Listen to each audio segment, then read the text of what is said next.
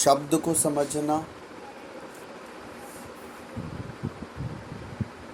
आनंदमय कोश सांसारिक स्तर पर सुख रहता है और जहाँ सुख रहता है वहाँ छाया के रूप में दुख रहता है।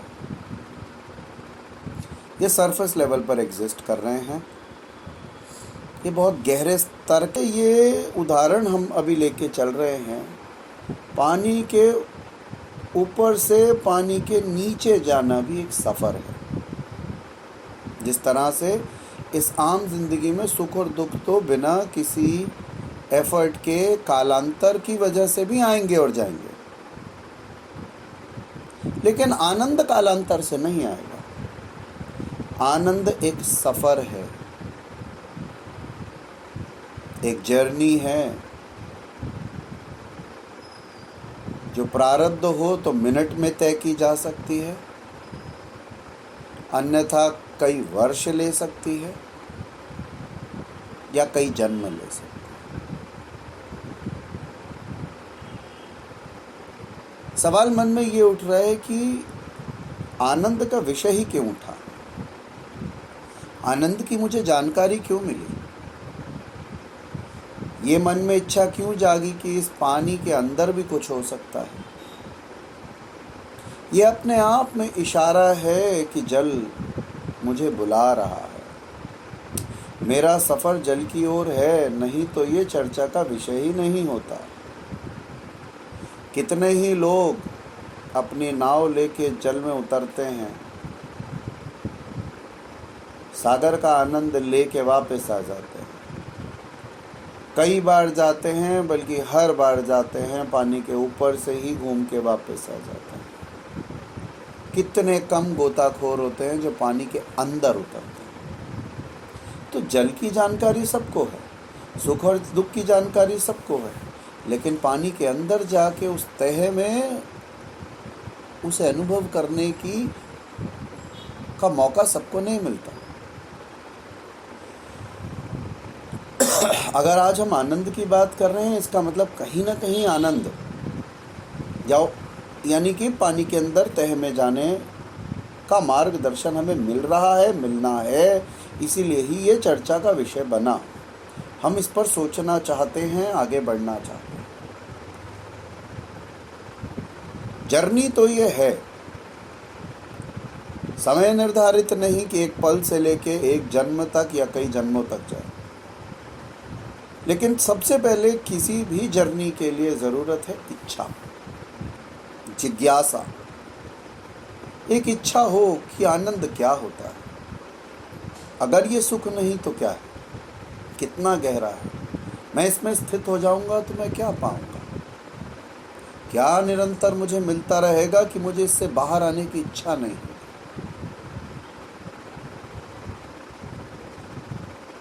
अगर मैं किसी एक जर्नी को करना चाहता हूं तो मुझे मार्ग चाहिए। ये चर्चाएं मार्ग का ही काम कर रही हैं। ये चर्चा हमें क्लैरिटी दे रही हैं कि मुझे जाना कहाँ है।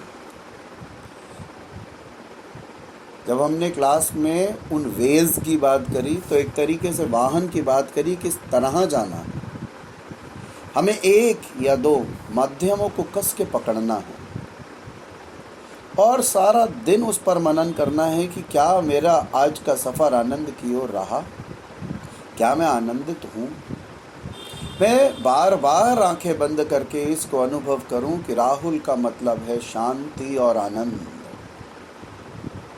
यानी मैं अपना नाम लूँ और ये सोचूं मेरे तो नाम का अर्थ ही है शांति और आनंद। क्या मैं हूँ शांतिमय, क्या मैं आनंदित हूँ?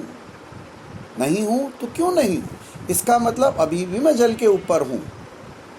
मुझे वापस केंद्र में आना है, इस ही पल पर ठहरना है, और जैसे ही मैं अपने अंदर डूबना शुरू करूँगा मैं आनंद की ओर जाना शुरू करूँगा।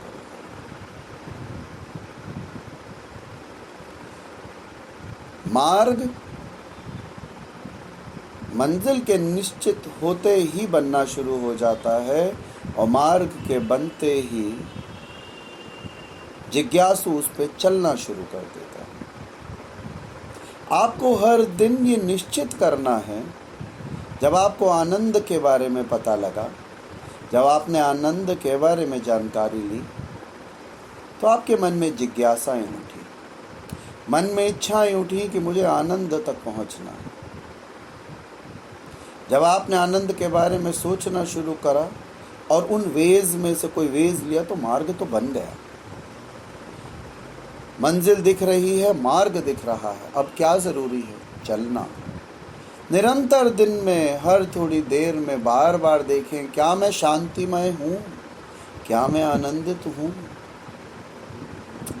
नहीं हूँ तो प्रयत्न करें, जतन करें, उस मार्ग पर आगे बढ़ते रहें। आप केवल प्रैक्टिस प्रैक्टिस प्रैक्टिस प्रैक्टिस करते रहें।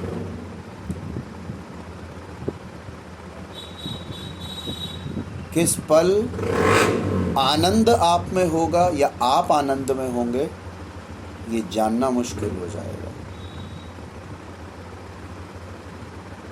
जैसा मैंने कहा कि आनंद एक सफ़र है, और ये कभी ना अंत होने वाला सफ़र है। आप जैसे जैसे अपने अंदर के सफ़र को तय करोगे, अपने सारे कोश, अन्नमय कोश, विज्ञानमय कोश, सभी कोशों को पार करते हुए जब आनंदमय कोश तक पहुँचोगे, स्थिर और स्थायी हो जाओगे। आनंद को मय कोश के अंदर ही सत्य कोश और चित्त कोश, यानी सत्य चित्त आनंद, ये एक शब्द भी है, और कुछ लोग इसे 3 अलग भिन्न कोशों में विभाजित भी करते हैं। तो अगर हम पंचकोश की बात करें तो आनंदमय कोश, और सप्तकोश की बात करें तो सत्य चित्त आनंद।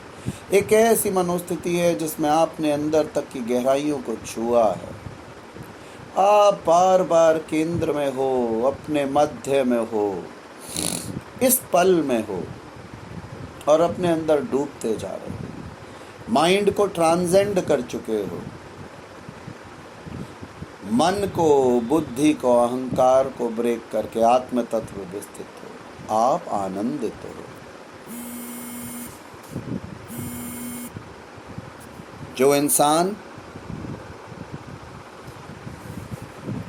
अपनी आत्मा में स्थित होने के जतन करता है, निरंतर जतन करता है, उसे आनंदित होने की ज़रूरत नहीं है, क्योंकि आनंद तो मेरी मूल प्रवृत्ति है। मैं तो हर बार जब मैंने जन्म लिया तो मैंने आनंद स्वरूप ही जल लिया।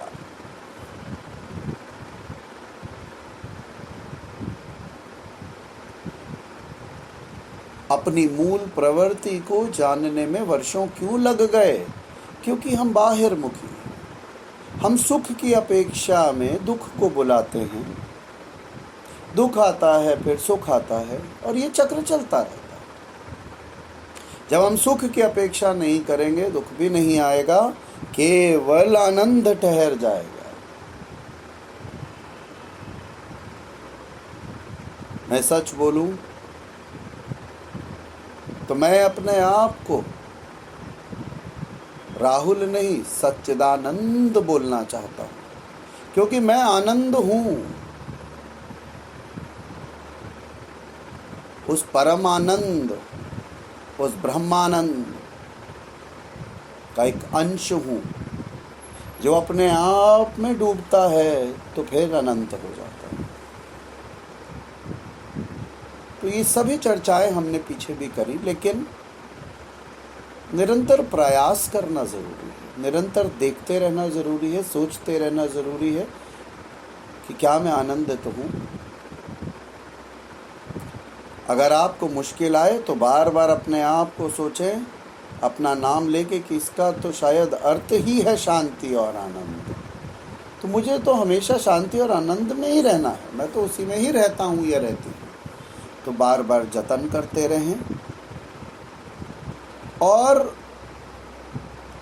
इस सफ़र का जो आनंद की होर है, उसके हर कदम में भी आनंद का अनुभव करें। Thank you so much.